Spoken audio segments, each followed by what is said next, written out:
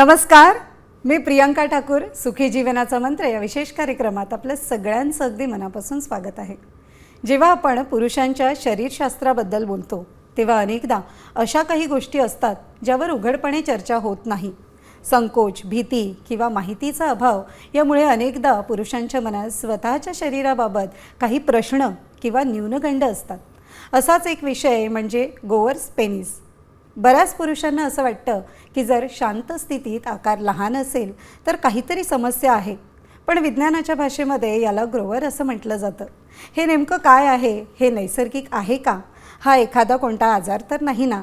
आज आपण याच विषयावरची भीती काढून टाकणार आहोत आणि त्यामागचं रंजक विज्ञान जाणून घेणार आहोत. या विषयासंदर्भात सखोल मार्गदर्शन करण्यासाठी आणि प्रेक्षकांच्या प्रश्नांना उत्तरं देण्यासाठी तज्ज्ञ आणि नामांकित डॉक्टर विजय दहिफळे या ठिकाणी उपस्थित झालेले आहेत. त्यामुळे कार्यक्रमाच्या सुरुवातीस डॉक्टर विजय दहिफळे यांच्याविषयी जाणून घेणार आहोत. एका साम टीव्हीच्या स्टुडिओत आपलं मनापासून स्वागत आहे.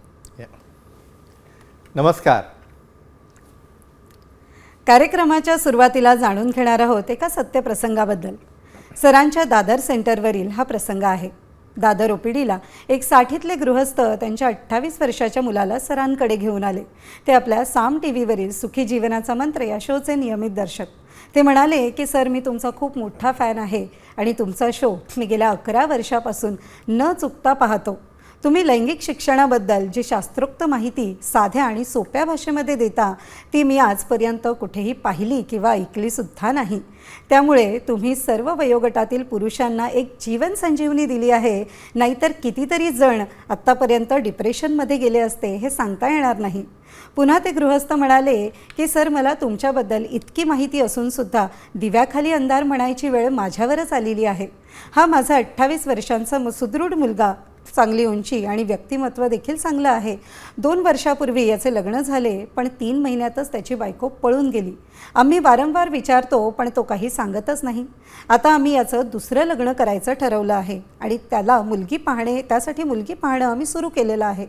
त्यामुळे त्याला रागावून विचारले तेव्हा तो म्हणाला की मी पहिल्या बायकोसोबत एकदाही संबंध ठेवला नाही आणि म्हणूनच ती पळून गेली आणि माझे दुसरं लग्न जरी झाले तरी देखील असेच होईल, म्हणून मी लग्न टाळतो आहे.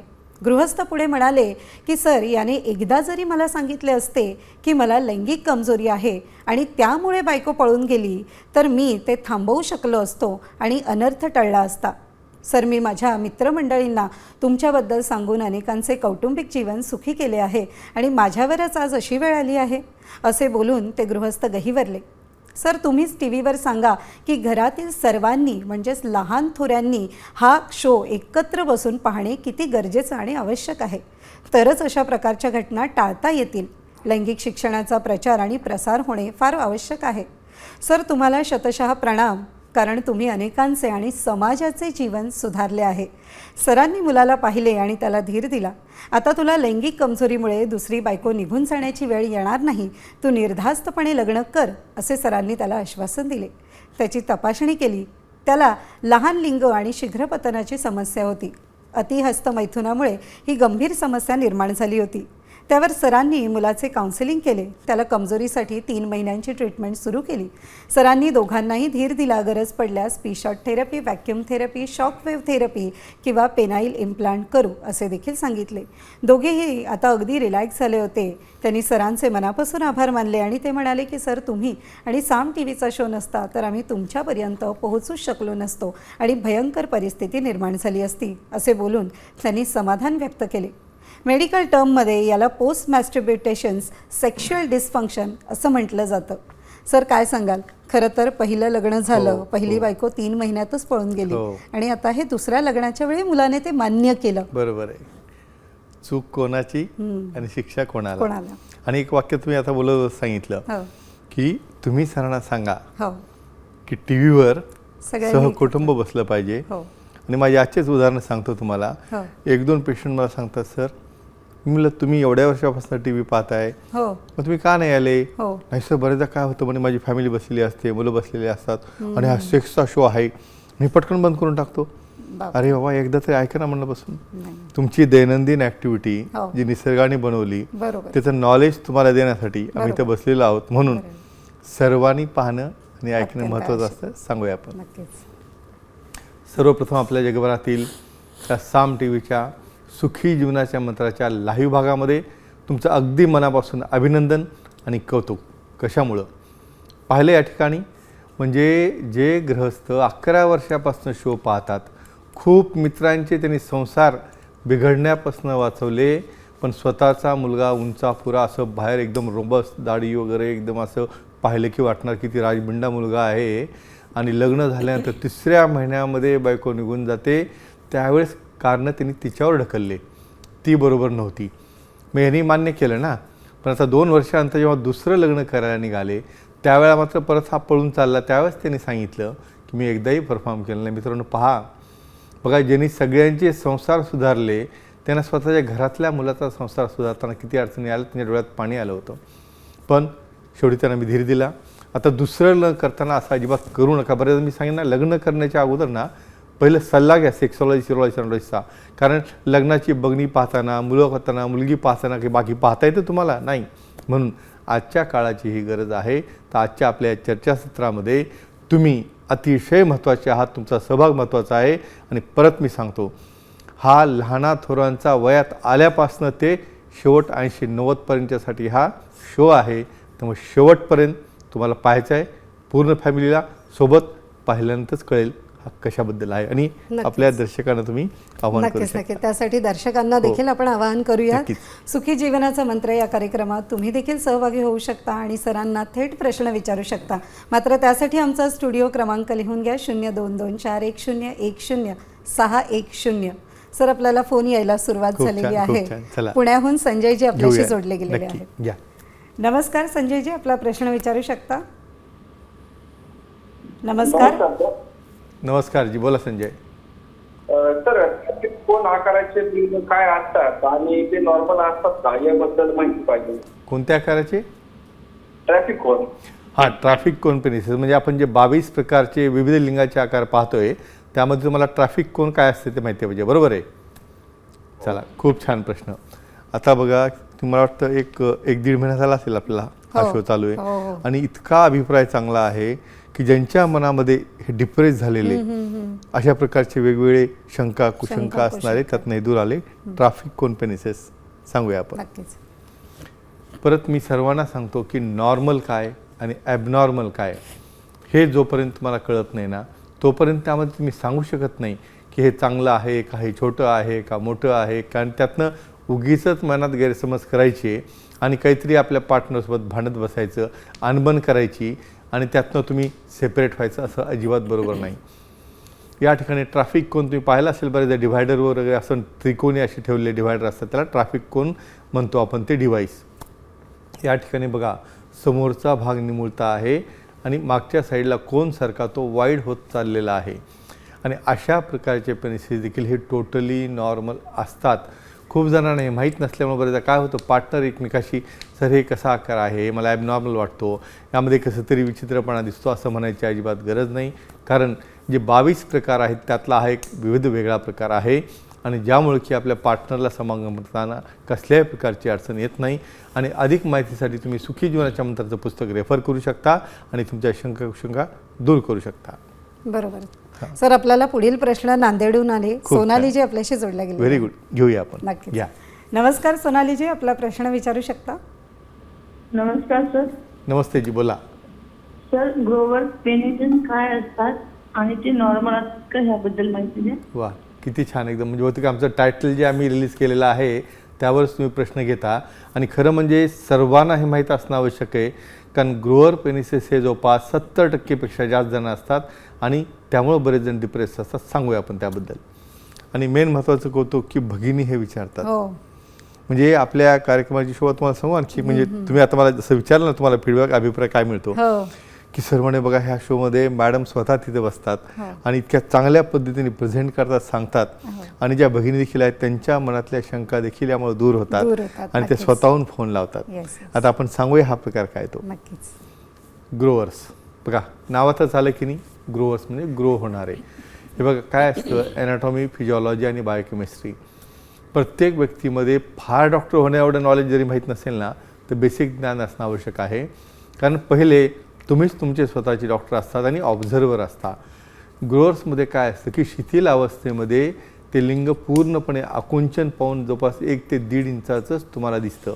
आणि बऱ्याचदा काय होतं, तुम्ही कुठेतरी कॉमन टॉयलेटमध्ये एखादा बाजूला व्यक्ती पाहता आणि ज्यामध्ये तिची लेंथ ही शिथिलमध्ये पण 5-6 इंच असते. आपण गेल्या वेळेस पाहिलेले त्याला शोवर्स पेनिसेस म्हणतात. ते 10-20% लोकांना असताना आपण बऱ्याच त्यांना लकी म्हणतो, कारण बाबा ओपन केल्यावर मला दिसतं समोर आणि इथं मला कितीतरी वेळ त्याला बाहेर काढण्यासाठी प्रयत्न करावा लागतो. मग अशा वेळेला बऱ्याचदा समोरच्या पार्टनरला जर हे नॉलेज नसेल तो डिसमूड होतो, तुम्ही स्वतः देखील डिप्रेस होता. पण एक थोडीफार कॉन्व्हर्सेशन का महत्त्वाचं आहे पार्टनरसोबत, की आपण बोलणं आवश्यक आहे की बाबा अशा पद्धतीचंही नॉर्मल व्हॅरिएशन असतं आणि इरेक्शन झाल्यानंतर कठोरता आल्यानंतर त्याची लांबी देखील 5.5-6 इंचापर्यंत जाते. म्हणून शिथिल अवस्थेत छोटं असणारं आणि कठोर झाल्यानंतर ते मोठं होणारं असा हा टाईप नॉर्मल असतो. यालाच म्हणतात ग्रोअर्स पेनिसेस. मला वाटतं सायंटिफिक याची व्याख्या माहीत असणं आवश्यक आहे. आणि हा शो पाहिल्यानंतर खूप जणांचं समाधान यामध्ये होत असतं. नक्कीच. आणि नक्कीच हा शंका दूर झाली असेल. नक्कीच. डॉक्टर, पुढील प्रश्न आपल्याला पुण्याहून आहे. कल्पनाजी आपल्याशी जोडल्या गेलेल्या खूप आहे. छान, घेऊया. नक्कीच. नमस्कार ताई, आपला प्रश्न विचारू शकता? सर नमस्कार. हां, नमस्ते जी, बोला. सर माझा प्रश्न असा आहे की फ्रिकल्ड पेनिसेस काय असतात आणि ते नॉर्मल असतात का? परत एकदा विचार, मला नाही काय आलं. फ्रिकल्ड पेनिस काय हा, हा, right, असतात right. आणि ते नॉर्मल असतात का? फ्रेकल्ड बरोबर आहे. हां, अतिशय छान, अतिशय छान. म्हणजे तुम्ही इतका अभ्यास करता ना, म्हणजे बरेचदा मला फारही सोपं जातं तुम्हाला प्रेझेंट करायला, की ज्यामुळे तुम्हीच आपले क्वेश्चन देता. सांगूया फ्रेकल्ड काय असतात. बघा, बरेचदा आपण ऐकताना सुद्धा ते लक्षात येत नाही. बरोबर. म्हणजे तुम्ही विचार करा, ज्याला काहीच माहीत नाही त्याला याबद्दल काही सांगता येईल का? आणि बऱ्याचदा फ्रेकल पेनिसेसला काहीतरी इन्फेक्शन झालं, फंगस झालं, त्याला कधी अँटीबायोटिक चालू करा, काहीतरी लेझर करा, असे प्रकार चालू होतात. सांगूया आपण काय ते. नावातच येतं फ्रेकल्ड. बरेचदा तुम्ही बघा, हे बनाना किंवा किडे पाहता बघा, कधी त्या प्लेन अशा ग्रीन असतात आणि कधी त्यावरचे डॉट डॉट डॉट असतात. याला फ्रेकल्स म्हणतात. कारण हे डॉट डॉट का तयार होतात, की मेलानिन नावाचं पिगमेंट जे आपल्या अवयवामध्ये असतं, सेक्शुअल पार्टमध्ये असतं, मेल आणि फिमेल दोघांमध्येही. तर काही जणांमध्ये त्याचं डिस्ट्रीब्युशन हे स्पॉटी फॉर्ममध्ये झालेलं असतं. त्यामुळे काय वाटतं बऱ्याचदा, अरे यावर काही इन्फेक्शन तर झालं नाही, किंवा यातलं कुठलं फंगल इन्फेक्शन तर नाही, किंवा याला काही स्किनचा आजार तर नाही का? कारण इरेक्ट अवस्थेमध्ये त्या ठिकाणी ते स्पॉट आणखी प्रॉमिनंट होतात. आणि बऱ्याचदा पार्टनर, तुझ्यामुळं मला इन्फेक्शन होईल किंवा मला काही प्रॉब्लेम झाला तर त्या व्यक्तीला अजिबात समागम करू देत नाही. मित्रांनो, असं करू नका. कुठलीही लैंगिक समस्या लपवू नका. सेक्सॉलॉजिस्ट, इंडॉलॉजिस्ट जे आहेत, जे क्वालिफाईड, त्यांना दाखवल्यानंतर हे व्हेरिएशन आपल्याला कळतं. एक गोष्ट आणखी नमूद करतो, बऱ्याचदा फंगल इन्फेक्शनमुळे देखील असे स्पॉट येतात, रेड असतात, त्याला इचिंग होतं, त्याला ब्लिडिंग होत असतं. मग अशा वेळेला ते नॉर्मल समजायचं नाही, तज्ञांना भेटा, ट्रीटमेंट घ्यायची आणि त्यातनं बाहेर यायचं. म्हणजे बघा, 2 डिफरन्स मला का सांगायला लागतात. म्हणजे मी नॉर्मल म्हणून सांगायला गेलं की त्यामध्ये बऱ्याच मग फंगस असेल तर ते सेम दिसतं, मग ते कन्फ्यूज व्हायला नको. आणि मग पार्टनर काय करतो की तुझ्यामुळं मला होणार, तो माझ्यामुळे तुला होणार, मग ते रिलक्टंट असतात. आणि या गोष्टींमुळे सुद्धा समागम न करणारे बरेचसे कपल मी पाहिलेले आहेत. नक्कीच. डॉक्टर, पुढील प्रश्नही आपल्या भगिनींचाच आहे. पुण्याहून अनन्याजी आपल्याशी जोडल्या गेलेल्या. घेऊया. नमस्कार अनन्याजी, आपला प्रश्न विचारू शकता? नमस्कार सर. हां, नमस्ते जी, बोला. सर सी शेप्ड काय असतं आणि ते नॉर्मल असतं का? अच्छा, म्हणजे सी शेपेड, बरोबर आहे. सी शेपेड किंवा कर्ड टाईपमध्ये जे असतात ते नॉर्मल असतात का? करेक्ट. वा, खूप छान प्रश्न आहे. नक्कीच तुम्हाला उत्तर देतो मी. असंही असू शकतं का? बरोबर आहे. म्हणजे तुम्ही बरेचदा, मी असं त्याला 22 प्रकार असतात हे सांगितल्यानंतर बरेच जण अचंब वाटतो. 22 प्रकार. आणि फिमेल्समध्ये 60पेक्षा जास्त आहेत. कदाचित आपण पुढच्या एपिसोडमध्ये यावर येऊ शकतो. पण ते कसे नॉर्मल असतात आणि सोशल भाग त्यामध्ये काय असतो ते आपल्याला सांगायचे. पण आता सी बद्दल सांगूया आपण. सी शेपेड राहू शकतं का असं? याचाच अर्थ काय असतं, curved downward, curved upward, curved right lateral किंवा कर्ड लेफ्ट लॅटरल. मग त्याला बऱ्याचदा ते आपल्याला आकार दिसतो सी सारखा. मग यामध्ये होतं काय की बऱ्याचदा तुम्ही अशा दर्शनी पाहिलेल्या पेनिसमध्ये शिथिलमध्ये काही दिसत नाही, पण जेव्हा त्या ठिकाणी कठोरता येते त्यावेळेला त्याचं बेंड होऊन एका साईडला तो झुकायला लागतो. बरं, त्याचा परिणाम काय होत असतो की एक तर समोरच्या व्यक्तीला ते नॉर्मल वाटत नाही आणि ॲक्ट करताना बऱ्याचदा त्या ठिकाणी डाऊनवर्ड साईडला असेल तर फ्रिक्शन किंवा रबिंग किंवा थर्स्टिंग हे रेक्टल साईडला होतं, किंवा अपवर्ड असेल तर बऱ्याचदा ब्लॅडर साईडला होतं. त्यामुळे समोरच्या पार्टनरला त्रास होऊ शकतो. समजा यामुळे त्रास होऊ नये यासाठी विविध प्रकारच्या पोझिशन्स आहेत. तो वेगळा टॉपिक त्यावर मिळणार आहे. पण नॉर्मल सी शेपेडनी दोघांनाही काही अडचण नसेल त्यासच पोझिशन बदलून, बऱ्याचदा समजा तुम्ही लिथरॉमी पोझिशनमध्ये असता, बऱ्याचदा मिशनरीमध्ये असता किंवा बऱ्याच प्रकारमध्ये आपण काउगल, लिव्हर्स काउगल हे नंतर पाहूया, त्रास होत नसेल तर त्यामध्ये काही करायची गरज नाही. हे सुद्धा एक नॉर्मल व्हॅरिएशन आहे. कारण का कुठल्याही पद्धतीने असा स्ट्रेट लाईनमध्ये जाणारं लिंग किंवा अवयव अजिबात नसतो. म्हणून मित्रांनो, ह्या टॉपिकमध्ये जे आपण डिस्कस करतो आहे की आपल्याकडे हा पर्सनल प्रॉब्लेम असल्यामुळं तुम्ही त्या ठिकाणी बऱ्याचदा पाहत नाहीत. एखादा अलर्ट असणारा आपला पार्टनर असेल तर त्यांनी तुम्हाला काही कंप्लेंट केलं तर तुम्ही त्याचं ऐकत नाहीत. मग अशा पद्धतीने अनबन करून त्याच ठिकाणी राहण्यापेक्षा तुम्ही ॲक्सेप्ट करा की मला प्रॉब्लेम आहे, पार्टनरशी डिस्कस करा की बाई तुला काही अडचण आहे का. पण नसेल तर अशा वेळेला मग दोघांनाही समजत नसेल तर त्यांनी तज्ज्ञांना भेटणं, दाखवणं, सल्ला घेणं का आवश्यक असतं. मी असे काही कपल पाहिलेत, दोघेही हाय प्रोफाईल जजेस. आता बरेचदा काय असतं, तुमचा प्रोफेशनचा इगो तुम्ही सोबत घेऊन बेडरूममध्ये जाता, बेडरूममध्ये जाता. मी सर्वांना सांगतो बाबा तुम्ही जे काही आहात ना बेडरूमच्या बाहेर आहात, जे काही असाल, कारण तुमचं ह्युमन लाईफ आहे ना, माइंड, बॉडी आणि सोल. पण त्या इगोमुळे बऱ्याचदा मी म्हणणार का, तू म्हणणार का, तू अगोदर का नाही बोलली, मला पाहिजे, हे कॉन्व्हर्सेशन सुरू होतात. आणि ती पोझिशन अशी झाली होती की दोघांनाही ते ॲक्सेप्ट करत नव्हती की मला प्रॉब्लेम आहे. आणि ॲक्च्युअली मी जेव्हा पाहिलं त्यावेळेस सी सेपेड पेनिस होतं की कम्प्लीट डायव्हर्शन होऊन दुसरीकडे जायचं आणि ते परफॉर्म करू शकत नव्हते. मग हे सल्ला सर्वांना अतिशय सुकर संदेश देऊ शकतो. नक्कीच नक्कीच. डॉक्टर, यालाच धरून मला आपल्याला एक अतिशय महत्त्वाचा प्रश्न विचारायचा आहे. तो म्हणजे बऱ्याच जणांना अल्कोहोल सेवनाची खूप सवय असते आणि या सवयीमुळे जर त्यांना कमजोरी आली असेल तर त्यावर काय उपाय करता येतील? आता मी दोन्ही सांगणार नेहमीसारखं, म्हणजे पुरुषांमध्येही सांगणार आणि स्त्रियांमध्येही सांगणार. कारण बऱ्याचदा कसं आहे माहिती का, माझं जे ऑब्झर्वेशन आहे आतापर्यंत, लिमिटमध्ये गोष्टी ह्या नॉर्मल असतात. बरोबर, दोघांनाही. पण लिमिटच्या वर गेल्यानंतर ते ॲबनॉर्मल होतं. सांगूया कसं आपण कुठल्याही पद्धतीने तुमच्या अल्कोहोल किंवा कशाला प्रमोट त्या ठिकाणी करत नाहीत. पण मित्रांनो, हे बघा, प्रॅक्टिकल लाईफमध्ये तुम्हाला काही गोष्टीला सामोरं जावं लागतं. अशा केसमध्ये अल्कोहोलचा काय रोल असतो इरेक्टाईल डिस्फंक्शनमध्ये? लिमिटेड डोसमध्ये, लिमिटेड कशाला म्हणतात बाबा, हे प्रत्येकाचं व्हॅरिएशन आहे, कारण आपण सांगू शकत नाही मी लिमिट काय ते. तर यामध्ये महत्त्वाचं सांगतो की बऱ्याचदा या ठिकाणी प्री फ्रंटल कॉर्टेक्स हा रिस्पॉन्सिबल असतो तुमच्या सेन्सरी, त्यांच्या सेन्सेशनला, अराउजलला, डिझायरला. या ठिकाणी होतं काय की जी न्यूरोलॉजिकल सिस्टीम आहे, म्हणजे तुमच्या लिंगाकडं ब्रेनकडनं येणाऱ्या संवेदना आणि ब्रेनकडनं तुमच्या लिंगाकडे जाणाऱ्या संवेदना आणि कमांड ह्या हॅम्पर होतात. मग हे हॅम्पर झाल्यामुळं काय होतं, त्या ठिकाणी तुम्हाला इरेक्टाईल डिस्फंक्शन होतं. स्पेशली काय होतं, लॉस ऑफ लिबिडो, इच्छा होत नाही, लॉस ऑफ डिझायर. बऱ्याचदा तुम्हाला इजॅक्युलेशनचे प्रॉब्लेम येतात. त्या ठिकाणी ब्लड सप्लाय लिंगाचा कमी होऊन लिंग देखील लहान व्हायला लागतं.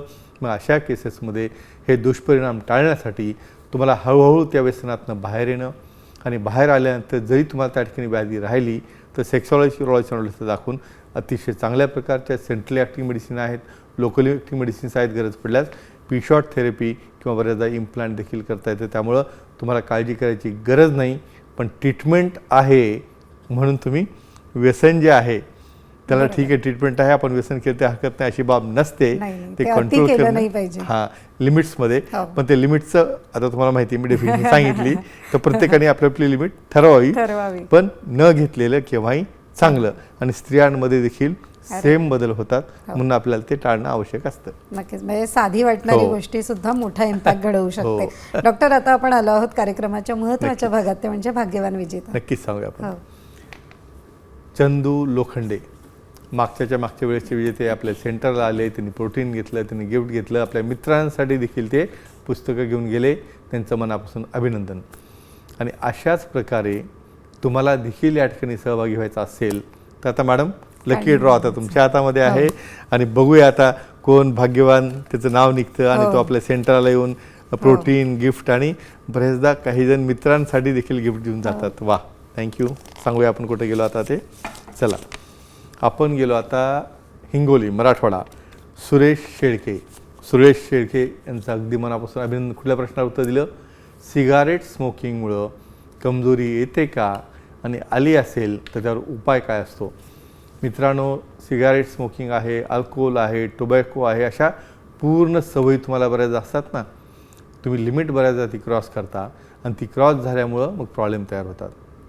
सिगारेट स्मोकिंगमध्ये काय होतं, या ठिकाणी डायरेक्टली एक सिंगल सिगारेट जर तुम्ही घेतली तर काही चेन स्मोकर असतात, अशा केसमध्ये ब्लड फ्लो, लिंगाकडे जाणारा ब्लड फ्लो, मी परत सांगेन स्त्रियांमध्ये देखील हा परिणाम होत असतो, क्लायट्रिसकडे जाणारा ब्लड फ्लो म्हणजे रक्तवाहिन्यांचा व्यास कमी होणे, त्यातल्या टिश्यूचं इन्फ्लमेशन होणे, एंडोथेलियम डॅमेज होणे आणि अशा पद्धतीने त्यामध्ये असलेले जे विषारी पदार्थ असतात, निकोटीन आहे, सायनाईड आहे, कार्बन मोनॉक्साईड आहे, यामुळे त्या ठिकाणी तुम्हाला कमजोरी येते. पण घाबरू नका, तज्ञ नाही बेटा, हळूहळू स्मोकिंग कमी करा, त्यातनं तुम्ही नक्कीच बाहेर याल.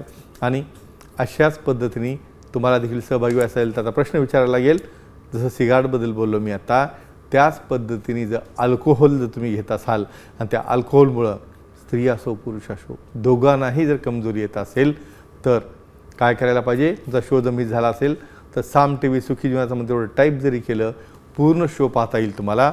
तुम्ही डायरेक्ट उत्तर द्या, फोन लावा, मेसेज करा, ईमेल करा किंवा आमच्या टीमला डायरेक्टली तुम्ही फोन करून बोलू शकता आणि यामध्ये सहभागी होऊन तुम्ही अतिशय चांगली बक्षिसं जिंकू शकता. या ठिकाणी आपल्या आठवड्याभराच्या झालेल्या इव्हेंटबद्दल मी सांगतो. आमचं दादर येथील सेंटरवर इस्वास जे institute of sexual wellness and andrology studies या नावाने या ठिकाणी इन्स्टिट्यूट सुरू झाली आहे, ज्यामध्ये वेगवेगळ्या प्रकारचे कोर्सेस आहेत, अँड्रॉलॉजी कोर्सेस आहेत, त्यामध्ये वेगवेगळे कॉस्मेटिक कोर्सेस आहेत, ट्रेनिंग कोर्सेस आहेत, काउन्सिलिंग कोर्सेस आहेत, हे सुरू झालेले आहेत. त्याचबरोबर गेल्या आठवड्यामध्ये डर्मा वर्ल्ड आमचे डॉक्टर गीते धनराजजी त्यांच्या सेंटरला व्हिजिट केली. अतिशय मराठवाड्यात नाही महाराष्ट्रातील अति सुसज्ज असं मोठं सेंटर त्या ठिकाणी कॉस्मेटिकचं केलेलं आहे. त्यांनी वेगवेगळ्या प्रकारचे लेझर्स त्या ठिकाणी पाहिले गेले, इंडिया लेझर आहेत, CO2 लेझर्स आहेत आणि विशेष हेअर ट्रान्सप्लांटमध्ये देखील ते अतिशय सुंदर युनिट आहे. आणि लवकरच या युनिटची शोक आपल्या दादर येथील सेंटरला HM दहिफले हॉस्पिटल या ठिकाणी सुरू होत आहे आणि सुरू होणार आहे. अशा प्रकारे या आठवड्यामध्ये आमचे प्रीतिभोजन आहे, त्याचबरोबर मित्रांचं गेट टुगेदर आहे आणि अशा पद्धतीने एकमेकाशी कॉन्व्हर्सेशन, डिस्कशन, कॉन्फरन्स, वेगवेगळ्या टॉपिकवरची चर्चा आणि आपल्या विषयाबद्दलचं, आपल्या इन्स्टिट्यूटबद्दलचं सर्व डॉक्टरांना मराठवाड्यातील महाराष्ट्रातील आपण आव्हान केलेलं आहे की जे व्यक्ती ज्यांना यामध्ये प्रॅक्टिस करायचं आहे, सेक्सॉलॉजी आहे, अँड्रॉलॉजी आहे, त्या डिग्री कोर्सेससाठी तुम्ही HM दादर हॉस्पिटल येथे नक्कीच कॉन्टॅक्ट करू शकता. आणि अशा पद्धतीने तुम्ही देखील सर्वांच्या जीवनामध्ये सुखी जीवनाचा मंत्र आणण्यासाठी सहभागी होऊ शकता. मला वाटतं या एका कारणासाठी म्हणजे आपण किती दिवस एका लेवलला करणार, ही मोठी टीम बनवून पूर्ण महाराष्ट्रामध्ये आपण त्याच्या फ्रँचायझी करण्याचा विचार करत आहोत. बाकी तुम्ही सांगू शकता. नक्कीच, अतिशय छान उपक्रम खरं तर आपण राबवलेला आहे. लोकांपर्यंत पोहोचणं हे जास्त महत्त्वाचं आहे. नक्कीच नक्कीच. आणि ते एकटा नाही, हे पूर्ण युनिट बनणं आवश्यक आहे, त्यामध्ये तुमचाही फार मोठा सहभाग आहे. धन्यवाद सर. सुखी जीवनाचा मंत्र या विशेष कार्यक्रमात आता वेळ झाली आहे इथेच थांबायची. मात्र त्यापूर्वी सर आपण वेळात वेळ काढून उपस्थित झालात, आमच्या प्रेक्षकांच्या प्रश्नांना उत्तरं दिली, त्याबद्दल आपलं मनापासून आभार. धन्यवाद. पुन्हा भेटूया नव्या विषयासह. तोपर्यंत शुभरात्री. नमस्कार.